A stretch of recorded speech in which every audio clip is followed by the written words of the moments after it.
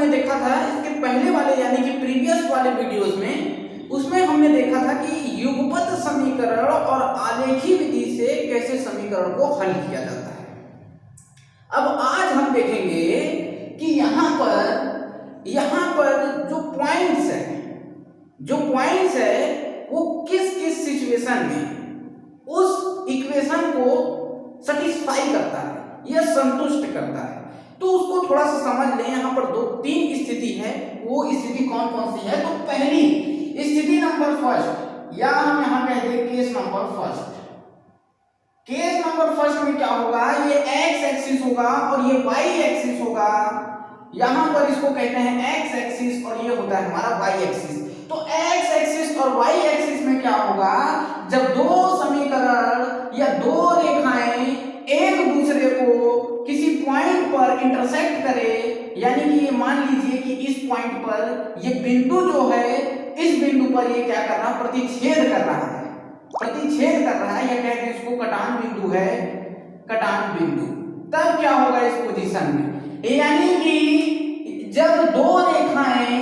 जब समीकरण से प्राप्त दो रेखाएं एक दूसरे को किसी बिंदु पर कट करती है, तो वो बिंदु क्या होता है, उस समीकरण का हल कहलाता है। उस समीकरण का क्या कहलाएगा, हल कहलाएगा। ये था case number second. Case number second क्या होगा उसको देखते हैं। तो यहां पर लिखेंगे case number second. Case number second में क्या होगा, ये एक्स एक्सिस है और ये वाई एक्सिस है। यहां पर लिख दीजिए एक्स एक्सिस और ये होगा हमारा वाई एक्सिस। इस पोजीशन में क्या होगा, जब समीकरण से प्राप्त दो रेखाएं आपस में जब समांतर हो, इस तरह से हो, तो इसका कोई भी हल नहीं होगा, क्योंकि ये एक दूसरे को इंटरसेक्ट नहीं कर रहा, प्रतिच्छेद नहीं कर रहा, या आपस में नहीं मिलती है। इसलिए क्या होगा, जब भी आप देखेंगे कि ये एक्स एक्सिस ये वाई एक्सिस दो रेखाएं एक दूसरे के समांतर होगी, तो उसके कोई भी हल नहीं होंगे। Case number three. Case number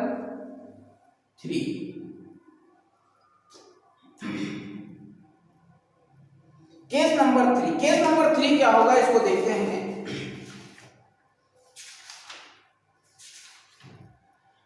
case number three में ये एक्स एक्सिस है और ये वाई एक्सिस है, एक्स एक्सिस और ये वाई एक्सिस।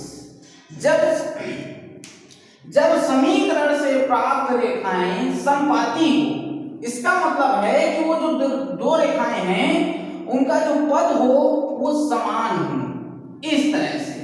तो उस पद में जब समीकरण से प्राप्त दो रेखाएं क्या होंगी, समपाती होंगी, तो उसके अनेक हल होंगे। इसका मतलब यह है कि इस लाइन में जितने भी पॉइंट होंगे वो पॉइंट क्या करेंगे, उन दोनों समीकरणों को संतुष्ट करेंगे। तो इसका मतलब ये हुआ कि समीकरण से प्राप्त रेखाएं जब समपाती हो तो क्या होगा, उसके अनेक हल होंगे। तो ये था केस नंबर थर्ड। आइए अब इसको क्वेश्चन दिया गया है कि 3x + 4y = 0। दूसरा इक्वेशन दिया है x - y + 1 = 0। यानी कि ये हमें डायग्राम दिया गया है, इस तरह का डायग्राम, और पूछ दिया जाएगा कि ये बताइए कि ये किस तरह का हल है और x और y का मान क्या होगा। तो हमने अभी जैसे कि बताया, ये केस नंबर फर्स्ट है। हमने केस नंबर फर्स्ट में बताया था कि समीकरण से प्राप्त जब दो रेखाएं एक दूसरे को इंटरसेक्ट करता है, जिस पॉइंट पे कट करता है, वही पॉइंट क्या होता है, x और y का मान होगा, और ये हल कहलाता है अद्वितीय हल। तो यहाँ सॉल्यूशन में लिखेंगे, इसका सॉल्यूशन होगा अद्वितीय हल होगा। इस बात को ध्यान रखना, ये जब भी एक दूसरे को, ये दो रेखाएं एक दूसरे को कट करेगा तो उसका अद्वितीय हल होगा, और x और y का मान होगा।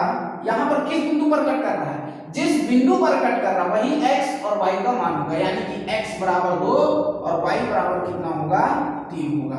तो ये कहलाएगा इसका आंसर, ये होगा इसका आंसर। तो यहां पर दिया गया है, ये फिगर दे दी गई है और ये दो इक्वेशन दे दी गई, -4x + 6y = 3, 2x - 3y = 5।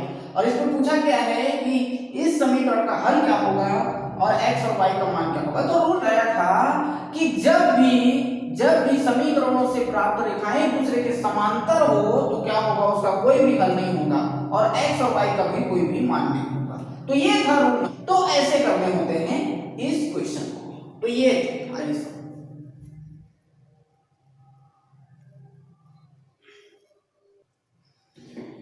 हमें फिगर दे दिया जाएगा इस तरह का, और ये हमें दो समीकरण दे दिया गया 3x प्लस का 6y is equal to 15x plus का 2y इज इक्वल टू 5।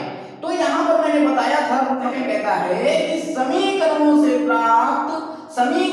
प्राप्त रेखाओं, जो रेखाएं होंगी, जो समीकरण से प्राप्त रेखाएं होंगी, उसके कितने हल होंगे, अनेक हल होंगे। क्यों? क्योंकि वो रेखा क्या होगी, संपाती होगी, एक ही पथ में होगा।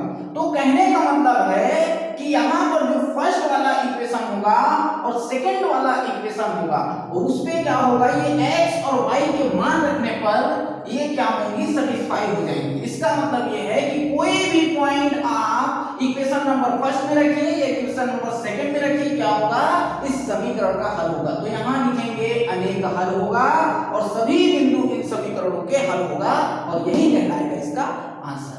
इसी तरह जरा थर्ड